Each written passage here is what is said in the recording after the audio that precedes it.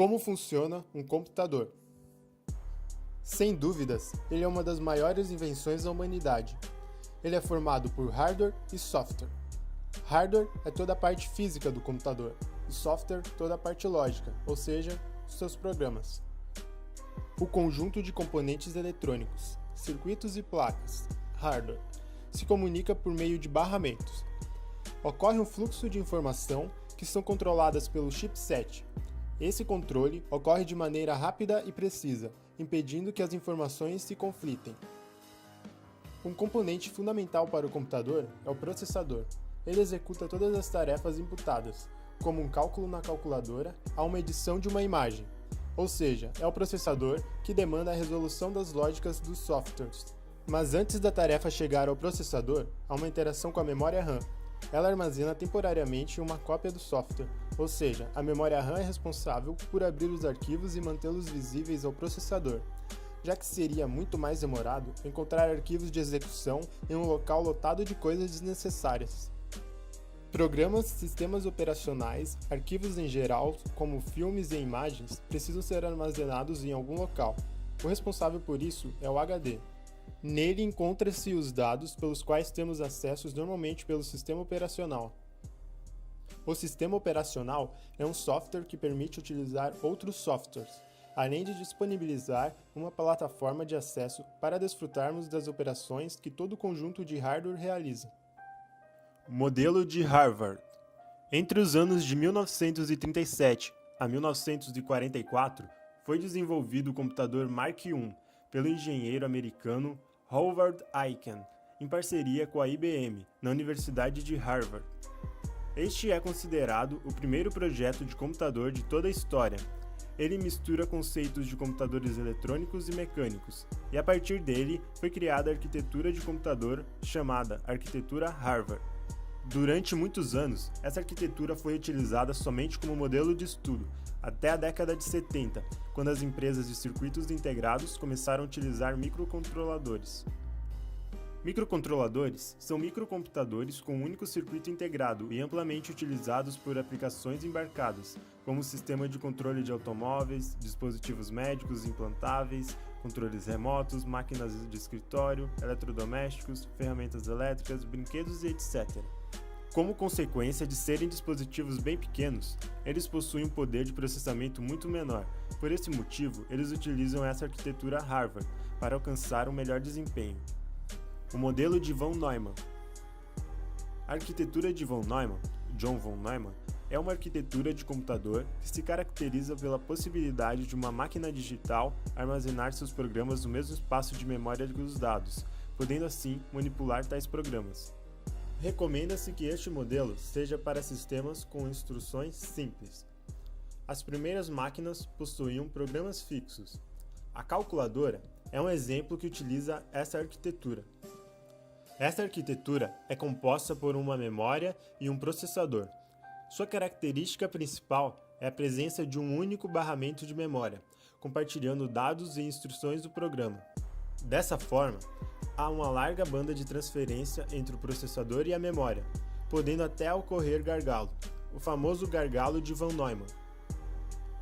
Para cada execução dessas citadas, há componentes físicos, trabalhando independentemente, e sua implementação apresenta variação ao longo do tempo. Essa variação se define pelo tipo de material utilizado na fabricação dos componentes, desde relés eletromagnéticos, tubos de vácuo ou válvulas, até semicondutores, transistores e circuitos eletrônicos integrados, com média, alta ou muita alta densidade de integração, medida em termos de milhões de transistores por pastilha de silício. Um exemplo de dois computadores que utilizavam essa arquitetura seriam o Electronic Delay Storage Automatic Calculator e o Computer Joniac. Registradores. A cada dia que passa, a busca por um bom desempenho em aplicações corporativas é um requisito mínimo a ser alcançado, e para que isso aconteça, torna-se necessário o uso de um hardware mais poderoso e volátil. Em um computador, o processador é o coração, ou cérebro. Sem ele, não seria possível processar os dados literalmente. Antes do dado chegar no processador, há um caminho a ser percorrido, principalmente ao abrir arquivos no disco, onde há perda de desempenho caso o sistema esteja sobrecarregado, onde é necessário buscar a informação armazenada, o que pode levar mais do que o tempo normal. Os registradores empenham uma enorme e importante tarefa no computador. É um local interno no processador onde os dados buscados na memória são armazenados temporariamente. Também conhecidos como acumuladores, conseguem guardar uma quantidade de bits consideráveis a curto prazo. Essa memória é de alta velocidade e é utilizada para assegurar o armazenamento temporário de informações importantes para o processamento de uma certa operação. Os registros mais importantes são: contador de programa, PC Programming Counter, aponta para a próxima instrução a executar. Registrador de instrução, IR, Instruction Register, guarda a instrução que está corrente no computador.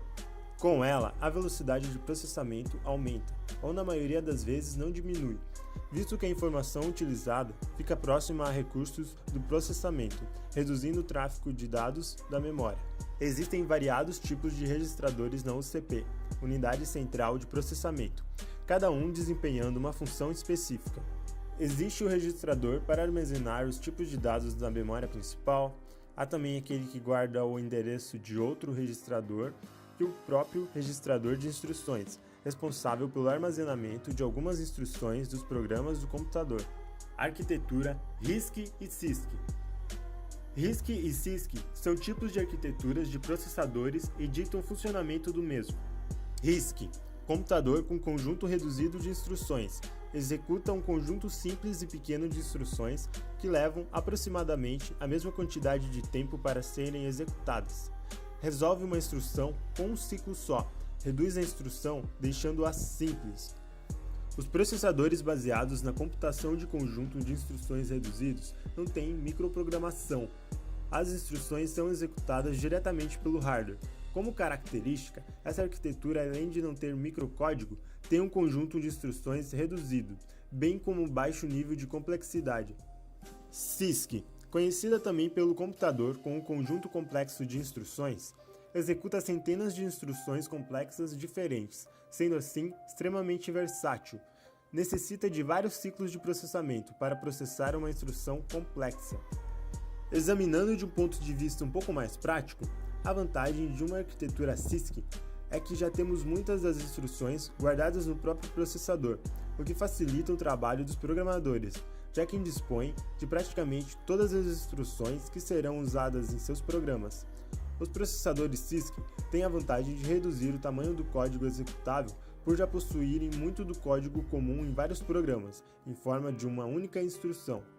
Atualmente, os processadores normalmente são híbridos, tendo CISC e RISC na sua arquitetura. Internamente, o processador processa apenas instruções simples. Essas instruções internas variam de processador para processador, são como uma luva, se adapta ao projeto do chip. As instruções internas de um K6 são diferentes das de um Pentium, por exemplo. Sobre essas instruções internas, temos um circuito decodificador, que converte as instruções complexas utilizadas pelos programas em várias instruções simples que podem ser entendidas pelo processador. Essas instruções complexas são iguais em todos os processadores usados em microcomputadores. Componentes de um computador. Os componentes nada mais são do que peças que compõem o computador. São divididos em duas categorias: componentes externos e componentes internos. Os componentes internos ficam dentro do gabinete e os externos fora. Um exemplo de componentes externos: monitor, teclado, mouse, fone de ouvido, caixa de som, modem, etc. Exemplos de componentes internos: placa-mãe, a principal placa do computador, que tem como função acoplar todos os componentes internos; processador, responsável pela resolução dos problemas; memória RAM, armazena dados de forma temporária; fonte de alimentação, módulo que fornece energia elétrica ao computador; HD, local onde ficam armazenados os dados; placa de vídeo, dispositivo de saída de dados que permite que os dados apareçam em um monitor de vídeo; cooler, responsável pela refrigeração dos componentes internos, e além de outros mais. Fazendo uma analogia, o processador é comparativamente similar ao cérebro. Sem ele, o computador não funciona de jeito nenhum. Agora olhe ao seu redor e pense nas coisas que utilizamos. É quase imperceptível para muitos, mas a grande massa de aparelhos atualmente usufruem de um chip de processador, variando desde os mais pequenos, presentes nos aparelhos celulares, até os processadores de grandes computadores. O processador ou unidade de processamento central é nada mais nada menos que um chip que responde todos os processos cruciais de um computador, desde a execução de uma soma até um cálculo complexo. É ele que acelera, endereça e prepara a grande massa de dados para o processamento. Em um computador, nada adianta ter um processador de última geração com uma memória relativamente fraca, ou vice-versa. Em ambos os casos, haverá um gargalo, naturalmente ocasionado por uma das partes ter capacidade inferior à outra. Por exemplo, uma memória com alta capacidade recebe os dados e começa a mandar para o processador. É a mesma coisa que despejar água em um copo já cheio. Não haverá para onde a informação ir, ocasionando uma lentidão considerável. Para que a velocidade seja relevante, uma série de fatores devem trabalhar em harmonia, desde os barramentos até a velocidade da memória. O funcionamento do processador consiste em receber os dados digitais de entrada, associar algumas ou várias instruções para a execução do processamento armazenado na memória e assim fornecer uma saída para o processo. O processador é composto por três componentes principais. A primeira é a unidade lógica aritmética, responsável por executar todas as funcionalidades aritméticas e lógicas. O segundo componente é a unidade de controle, parte responsável por extrair da memória, decodificar e executar instruções, muitas vezes solicitando o uso da unidade lógica aritmética, por trabalhar juntamente com as instruções. E o terceiro componente são os registradores. Os processadores atuais são muito mais tecnológicos e poderosos que seus precursores, possuindo um poder de processamento absurdo. Um exemplo são os núcleos presentes na CPU. Processadores como o da Intel e AMD, na grande maioria, são comercializados com vários núcleos, podendo chegar até 16. A grande vantagem de múltiplos núcleos é a capacidade de processar várias tarefas simultaneamente sem perder o desempenho. O clock também é um aliado em desempenho. Representado pela unidade Hertz, significa o número de processos por segundo que o processador pode executar. Hoje, a maioria das CPUs possui um clock padrão e um boost clock. O boost clock é a frequência máxima que o processador pode chegar. Essa é a configuração de fábrica, mas é importante ter cuidado se isso for alterado. O processador Intel 8086 foi lançado em 1978 e faz parte da família x86 da Intel. É um processador de 16 bits com velocidade de 4,77 a 10 MHz e contém 29.000 transistores. Até hoje em dia, x86 é o nome genérico dado à arquitetura de processadores baseadas nele, o Intel 8086. O 8086 se divide internamente em unidade de execução, unidade lógica aritmética, realiza operações aritméticas como somar e subtrair e operações lógicas como o e e ou, unidade de interface de barramento, que faz a comunicação de dados entre a unidade de execução e o meio externo, controla a transmissão de sinais e endereços de dados de controle e sequências de buscas e execuções a instruções. E a unidade de endereçamento, que é a unidade responsável por todas as transferências de dados através dos barramentos. A unidade de execução diz a unidade de endereçamento onde há de ir buscar instruções ou dados, decodificar as instruções e executá-las. Uma versão econômica do processador 8086 foi criada em 1979, chamada de 8088, e devido a seu baixo preço foi usado pela IBM para compor seu computador pessoal. Tanto o 8086 quanto o 8088 são processadores de 16 bits, considerados bastante avançados para a época. Um processador de 16 bits é capaz de endereçar mais memória, até 64 KB de memória de cada vez, e processar instruções muito mais complexas do que os processadores de 8 bits, usados até então. Apesar de ter 16 bits, o 8088 se comunica com os demais periféricos usando um barramento de 8 bits. Isso naturalmente prejudica o desempenho, mas trouxe uma vantagem importante, a possibilidade de usar os componentes de 8 bits usados em outros computadores da época, que eram muito mais populares e baratos. Um recurso bem interessante usado no 8088 é a segmentação de endereços, que permitiu aumentar a quantidade de memória RAM suportada pelo processador. O barramento faz a comunicação entre os componentes do computador, podendo ser um barramento serial ou um barramento paralelo. Barramentos seriais funcionam como uma via única nas quais os bits são transmitidos sequencialmente. Já os barramentos paralelos consistem em uma série de linhas de dados dispostas paralelamente umas às outras, assim transferindo os bits em muito menos ciclos. Geralmente se deduz que um barramento paralelo consegue ter um melhor desempenho, porém essa é uma dedução equivocada, porque mesmo que um barramento paralelo consiga enviar mais bits em menos ciclos, os barramentos seriais conseguem transmitir bits em frequências muito mais elevadas. Devido a isso, praticamente todos os barramentos modernos são seriais. Os barramentos podem ser classificados em dois tipos, os barramentos de expansão e os barramentos de sistemas. Os barramentos de expansão são responsáveis por permitir que os equipamentos periféricos sejam conectados ao computador. Por esse motivo, eles são considerados secundários ou não tão importantes. Esses barramentos se ligam a circuitos controladores que por fim se integram com o barramento do sistema. O barramento de sistema é o responsável por interligar a CPU à memória. Isso faz com que ele tenha um papel mais importante que os barramentos de expansão. Ele é dividido em 3 subbarramentos: os barramentos de dados, de endereços e os barramentos de controle, cada um deles com sua função distinta. Os barramentos de dados transmitem os dados e instruções entre a CPU e a memória. Os barramentos de endereço são os barramentos que transportam os valores que indicam a localização dos dados entre os dispositivos de entrada e saída. Os barramentos de controle são responsáveis pela transferência de sinais de controle, como de inícios de operações aritméticas, interrupções, sincronizações, entre outros. Os dados que trafegam nos barramentos possuem um indicador chamado de frequência de clock, que se refere à frequência em que um chip como a CPU está trabalhando, e é utilizado para indicar a velocidade do processador. Imagine uma gota d'água caindo em um lago. Cada vez que a gota se choca com o lago, gera uma onda. Algo parecido acontece com a CPU. Um cristal oscilador produz uma onda senoidal que é traduzida em uma onda quadrada. Digamos que uma gota caia no lago a cada 1 segundo. Pode-se afirmar que a frequência da gota sobre o lago é de 1 Hz. Hz significa o número de ocorrências no intervalo de 1 segundo. Isso significa que uma CPU que trabalha a 3 GHz gera 3 bilhões de ondas por segundo. O tempo para transportar um grupo de bits pelo barramento é chamado de ciclo de barramento. São por esses ciclos que ocorre a sincronização entre os componentes com a CPU. Os dois principais tipos de ciclos são os ciclos de escrita e de leitura.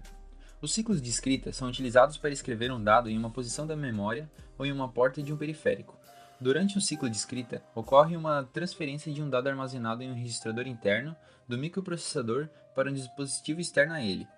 Os ciclos de leitura realizam a leitura de um dado de uma porta de um periférico ou memória.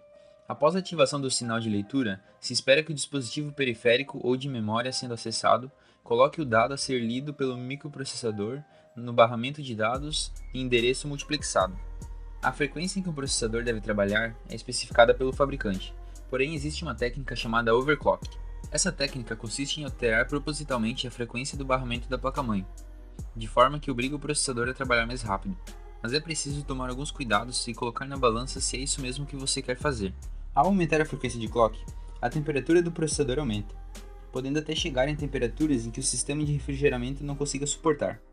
Para isso, existem várias formas de refrigeração mais eficazes, como refrigeração a água e a nitrogênio. Além disso, há um consumo maior de energia. O overclock também diminui a vida útil dos componentes envolvidos, e pode inclusive levar à queima de componentes. Isso ocorre principalmente por causa de um fenômeno chamado eletromigração. Em áreas internas do processador que operam a temperaturas muito altas, o superaquecimento do processador faz com que o silício perca sua condutividade elétrica. Esse fenômeno não ocorre de uma vez, mas sim ao longo do tempo, e então o material semicondutor do processador vai perdendo sua característica de condutividade, o que demora alguns anos para acontecer. Caso você ainda queira fazer overclock, ele pode ser feito de duas maneiras. A primeira é realizar uma mudança no clock do barramento. A outra maneira seria a modificação do multiplicador, número que indica o quanto a frequência do CPU deve ser aumentada. As pinagens dos processadores se encaixam em pequenas aberturas, os sockets, que possibilitam a comunicação da CPU com o restante dos componentes. É a placa-mãe que define qual o tipo de processador suportará por meio de seu socket adotado. Antigamente, os processadores eram soldados ou encaixados em sockets de pressão. Isso ocorreu até o 386. As coisas mudaram a partir do 486, que marcou a introdução dos sockets ZIF, Zero Insertion Force, destinados a facilitar os upgrades de processador. Eles utilizam um sistema de trava por alavanca, que permite inserir e remover processadores facilmente, sem precisar de força. evitando os riscos de danos. Um grande marco e avanço para a Intel e para o mundo foi a criação e lançamento do processador Pentium, para acalmar os ânimos da AMD na época, grande rival da Intel, e para substituir o processador 486. O lançamento ocorreu em 1993 e já possuía uma série de melhorias notáveis, como por exemplo, replicação de partes a fim de se executar múltiplas tarefas simultaneamente, o que atualmente conhecemos como núcleos de processador. O Pentium possuía cerca de 3 milhões de transistores e trabalhava a uma frequência de 66 MHz, podendo chegar aos 233 MHz posteriormente.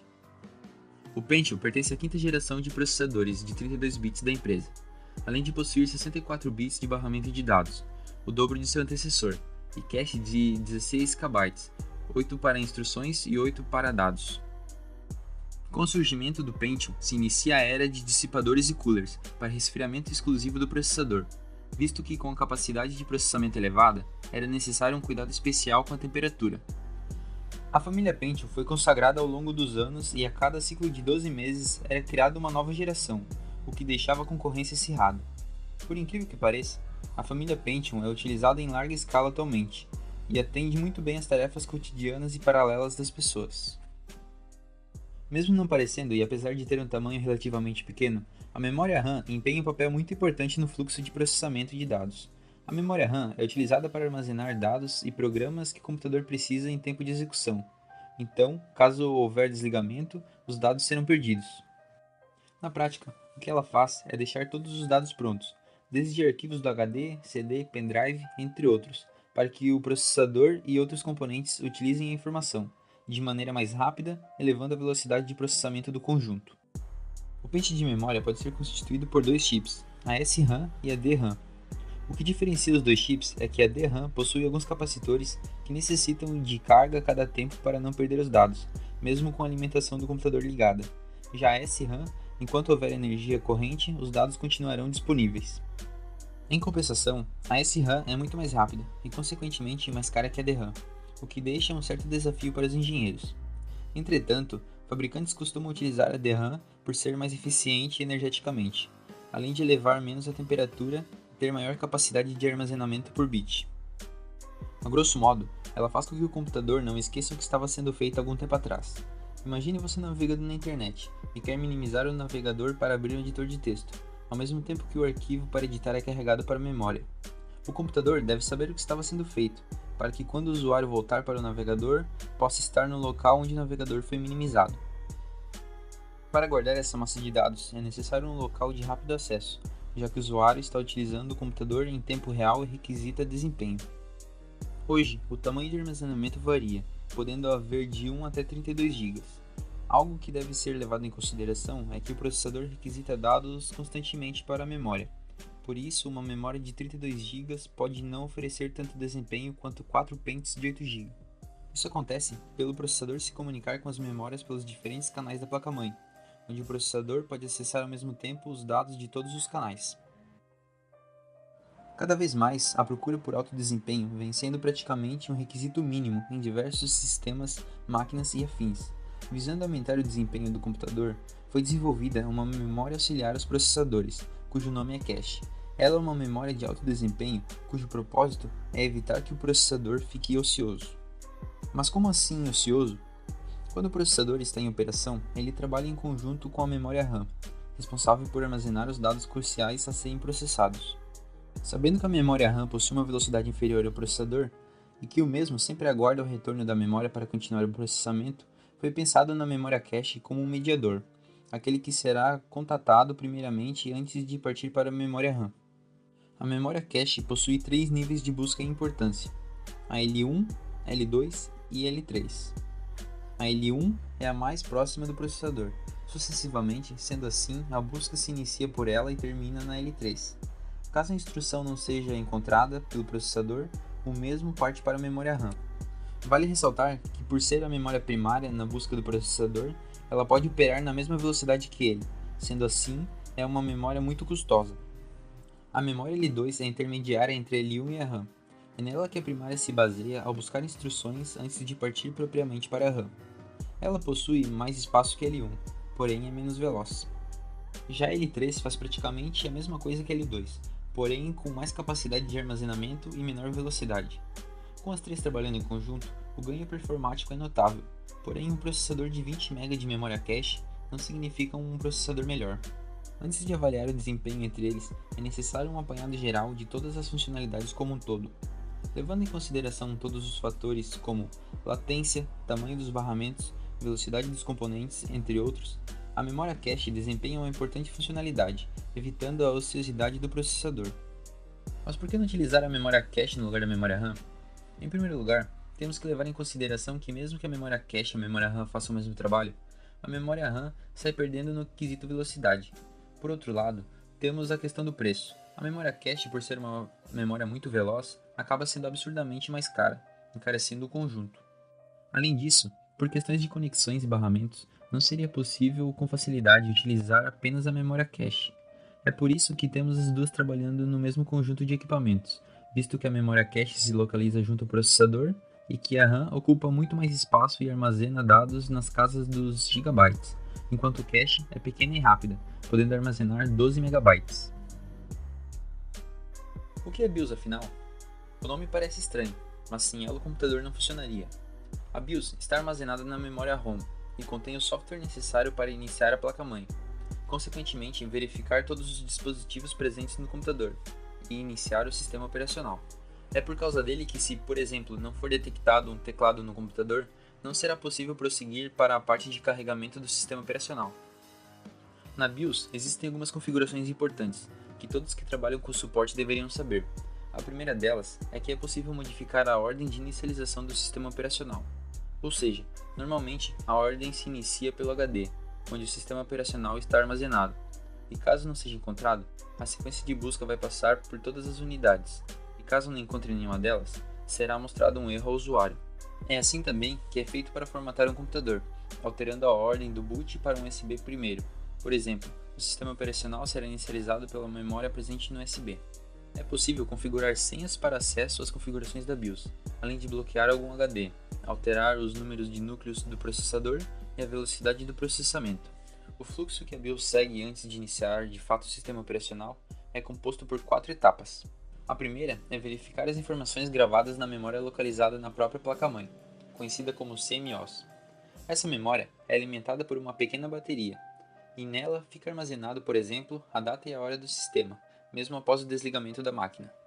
A segunda etapa é chamada de POST, onde a sua placa-mãe faz um breve teste em todas as mídias detectadas no computador, informando se há alguma divergência ou se está tudo ok. A terceira etapa é de ligar de fato os periféricos do computador, como mouse e teclado. Se você perceber ao ligar, no final da tela de POST da placa-mãe, as luzes do teclado e mouse se acenderão, onde a quarta e última etapa é engatilhada. Por fim, o sistema operacional é carregado do HD e o boot é realizado. Todo esse processo varia de acordo com cada placa-mãe, mas não passa de 10 segundos de execução.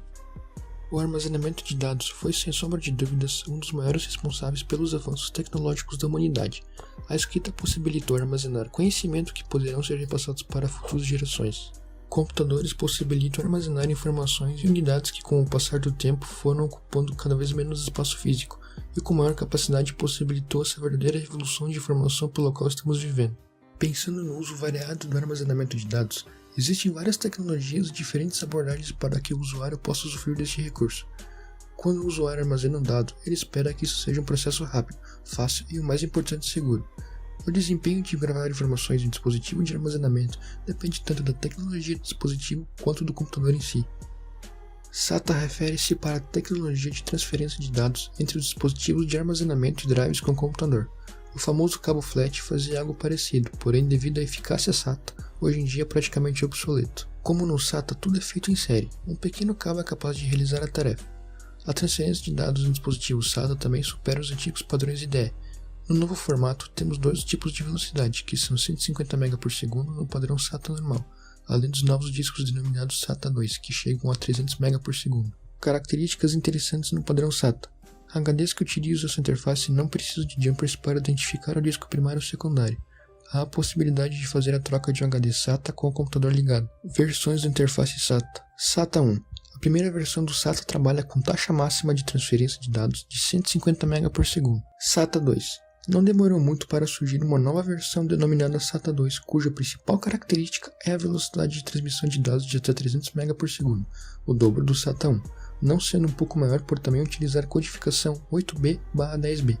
Este ganho substancial de velocidade se deve principalmente ao clock dessa versão, de 3 GHz. SATA 3. Em 2009 foi o ano de lançamento do conjunto final de especificações da terceira versão da tecnologia serial ATA, chamada de SATA 3.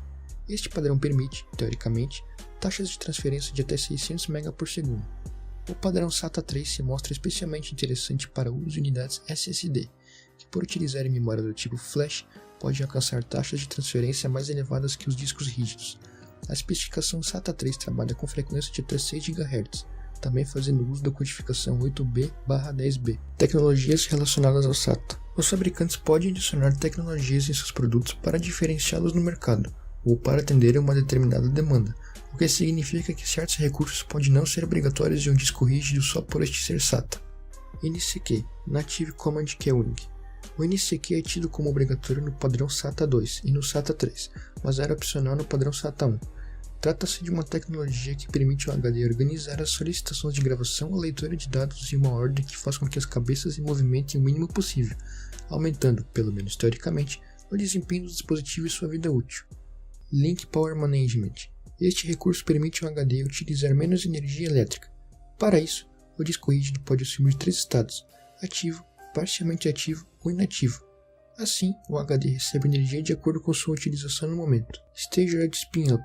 Este é um recurso muito útil em sistemas RAID, por exemplo, pois permite ativar ou desativar HDs trabalhando em conjunto sem interferir no funcionamento do grupo de discos. Além disso, a tecnologia Staggered Spin Up também melhora a distribuição de energia entre os discos. Hot Plug.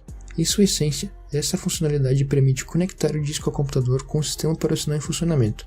Este é um recurso muito utilizado em HDs do tipo removível.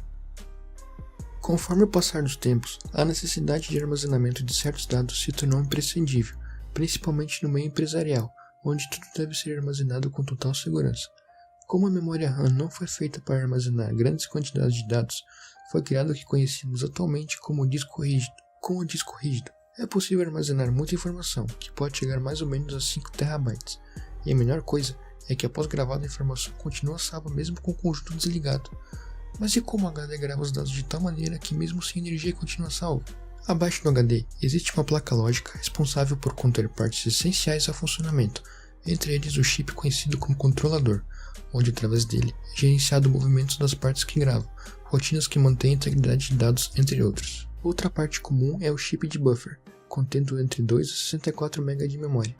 Trata-se de uma pequena memória similar às memórias cache do processador, onde pequenas quantidades de dados são armazenadas a fim de agilizar a comunicação com o computador. A parte que realmente grava os dados é o disco magnético, onde uma cabeça com uma bobina atua sobre o disco magnético através de impulsos magnéticos a fim de manipular as moléculas sobre o disco e de fato gravar a informação. O braço é responsável por posicionar os cabeçotes acima do prato. Por isso é comum achar que a cabeça está encostando no prato, quando na verdade está realmente muito próximo. O atuador move o braço entre as partes do prato. Essa movimentação ocorre por ímãs. Enquanto o conjunto estiver em operação, o disco gira em uma velocidade alta, permitindo a gravação. Por isso, ao ocorrer uma falha de energia, o braço pode bater no disco, o que poderá ocasionar falhas futuras de leitura e gravação na parte afetada. SSDs utilizam montagem de circuito integrado como memória. Ele é um tipo de armazenamento de informação não volátil, ou seja, consegue recuperar os dados mesmo sem estar energizado. Ele armazena e recupera informações digitais usando apenas circuitos eletrônicos, sem qualquer envolvimento de partes mecânicas em movimento como um disco rígido tradicional, o que reflete um ganho na velocidade. Em comparação com os discos eletromecânicos, os SSDs são tipicamente mais resistentes ao choque físico, funcionam silenciosamente e têm menor tempo de acesso e menor latência. Essa tecnologia esbarra em problemas que são temporários. Assim como muitas tecnologias já sofrem, seu custo é mais elevado em comparação a HDs convencionais, o que dificulta a popularização da tecnologia.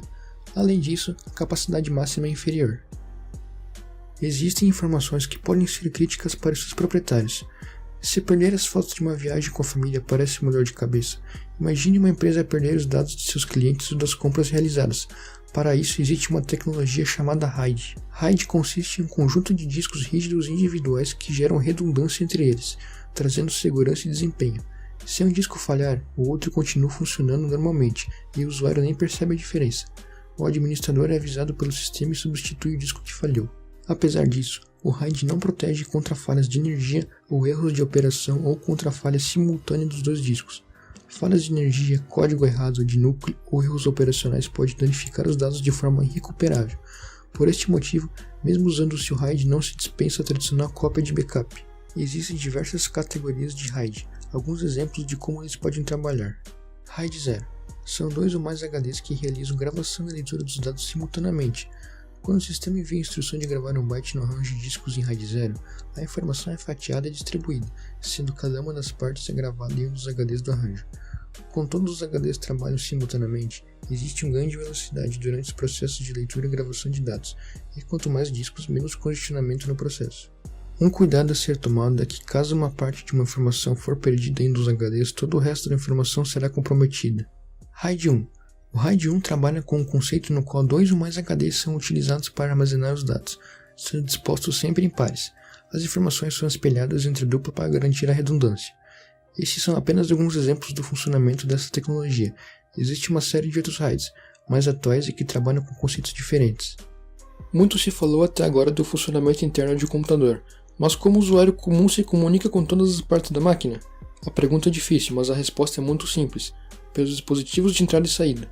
Tudo o que está acoplado ao computador é considerado um dispositivo de input e output, desde o seu mouse até a caixa de som. Com o teclado e o mouse, o usuário consegue trabalhar com o computador, iniciando processos e finalizando os mesmos. Com o monitor, o usuário vê o que ele está fazendo e o que o computador está processando, e com as caixas de som é possível ouvir sons variados.